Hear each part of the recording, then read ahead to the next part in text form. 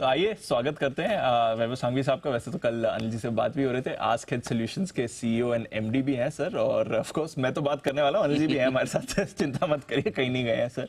But sir आपसे यही जानना था, कल और आज में एक बड़ा बदलाव तो नहीं, नहीं पहले हुआ? कल का पूछो। अच्छा बताओ। हाँ, पूछो, आप पूछो जी पहले। सर, पहले तो बताएं कल का आपका इवेंट कैसा रहा, आपका एक्सपीरियंस कैसा रहा सर? बहुत ही बेहतरीन इवेंट था। और जनरली हमारे अल्मा माटर में हम जा रहे थे इन terms of chartered accountants summit में, तो इट वाज इवन बेटर। और जिस हिसाब की इंटरेस्ट देखी हमने नागपुर एज अ मार्केट में, it was just phenomenal. So बहुत ही अच्छी इवेंट।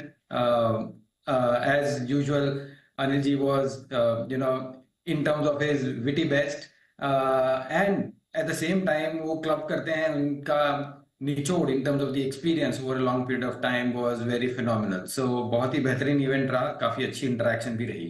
दीप, ऐसा नहीं है, मैं बहुत स्मार्ट हूँ।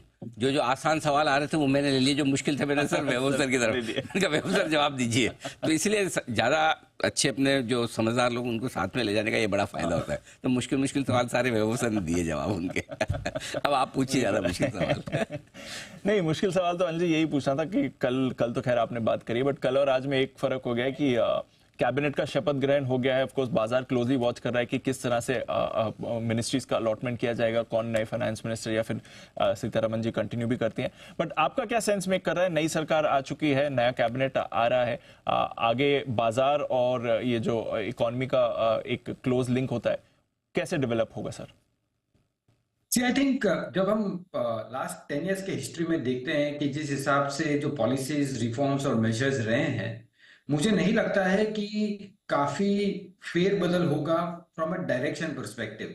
हमें लगता है कि गवर्नमेंट का फोकस सप्लाई साइड पे कंटिन्यूड रहेगा, एट द सेम टाइम कि फिस्कल डिसिप्लिन भी साथ में इक्वली इम्पोर्टेंट रहेगा।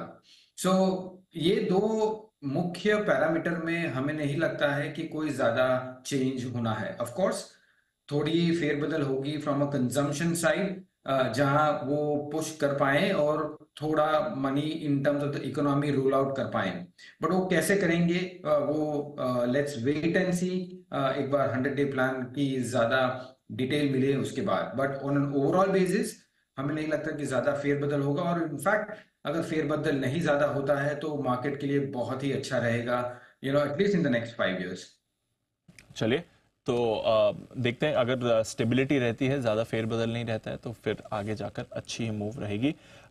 बजट पर भी अब सर फोकस बनेगा। करीब 1 महीने में नया बजट भी आ जाना चाहिए। क्या कुछ मार्केट चाहेगा इस बजट से सर?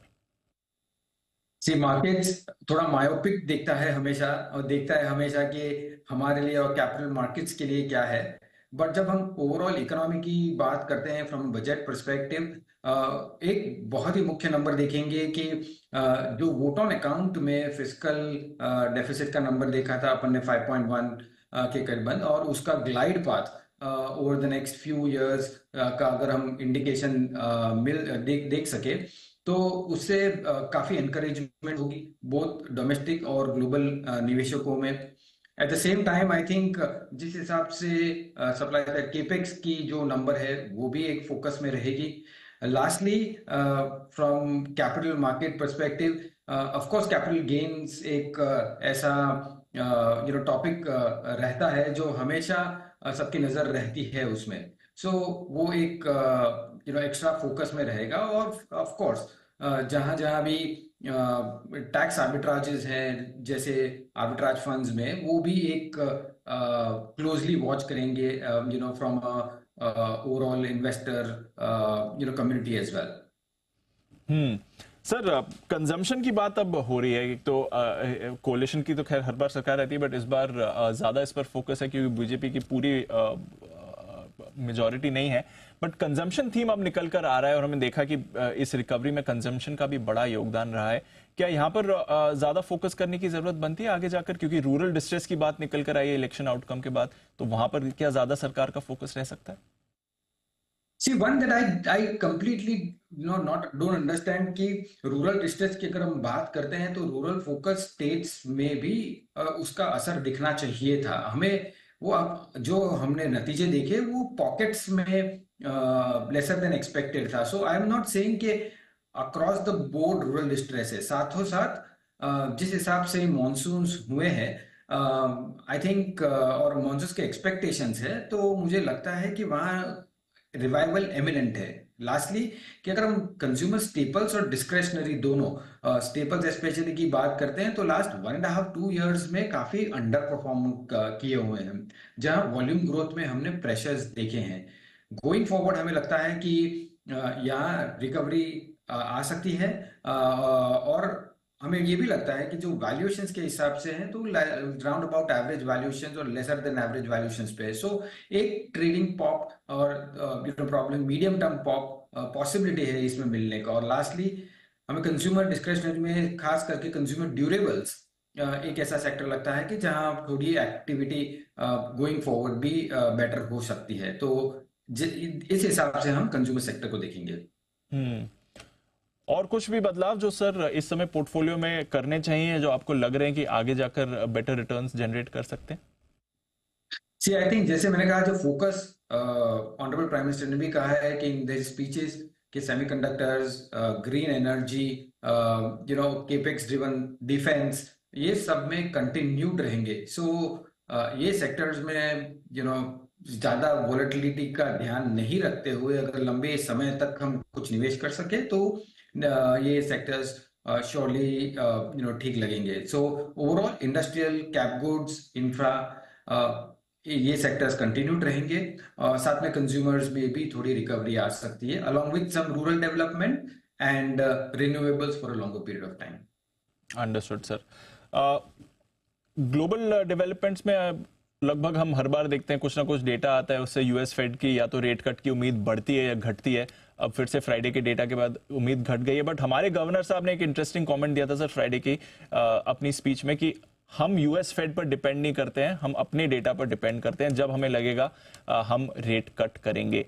क्या आगे रेट कट की संभावना दिख रही है, क्योंकि इन्फ्लेशन प्रोजेक्शन को बढ़ाया नहीं है, उसी लेवल पर स्टेबल रखा है गवर्नर साहब ने? नहीं, ऑफ कोर्स आई थिंक वो बहुत ही एनकरेजिंग स्टेटमेंट था from the from the RBI governor. So हम जिस हिसाब से हम देख रहे हैं, of course from a global perspective हम देखें तो काफी कंफ्यूजिंग सिचुएशन है। मैं क्यों बोल रहा हूँ ये, क्योंकि एक बात जो हम देख रहे हैं कि फेड का इकोनॉमिक डेटा बड़ी स्ट्रांग आ रहा है, साथों साथ हम देखें कि बैंक ऑफ कनाडा, ईसीबी और चाइना में कूलिंग ऑफ हो रही है। स्पेशली हमने रिसेंट लास्ट वीक में देखे तो बैंक ऑफ कनाडा और ईसीबी ने रेट कट भी किए हुए हैं।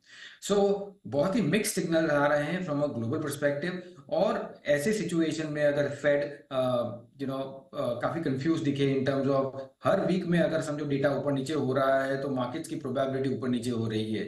आई mean interest rates are not something जैसे मार्केट में ट्रेडिंग हो वैसे, right, generally on overall basis. So point to be taken note here is basically yes, while global interest rates में थोड़ी volatility है, but local में अगर inflation ठीक रहेंगी और reasonable real interest rates रहेंगे, so I think there is scope of some amount of cuts in the rates. But अगर आप मुझे कहे कि काफी ज्यादा रेट कट हो सकती है, नहीं, वो पॉसिबिलिटी नहीं है, बिकॉज थोड़ा डिफरेंशियल हमें यूएस और इंटरेस्ट रेट्स में हमेशा रखना पड़ेगा इन दैट सेंस। ऑलराइट, तो चलिए, एक संभावना तो है, उम्मीद तो है रेट कट की, देखते हैं कब इस पर एक्शन आएगा। बट बहुत बहुत शुक्रिया वैभव सांघवी साहब आज हमें वक्त देने के लिए। कल ऑफ कोर्स हमारे इवेंट में आप शामिल हुए, उसके लिए भी, और आज सुबह भी आपसे बात की करके बड़ा अच्छा लगा। बहुत बहुत शुक्रिया सर थैंक यू देने के लिए।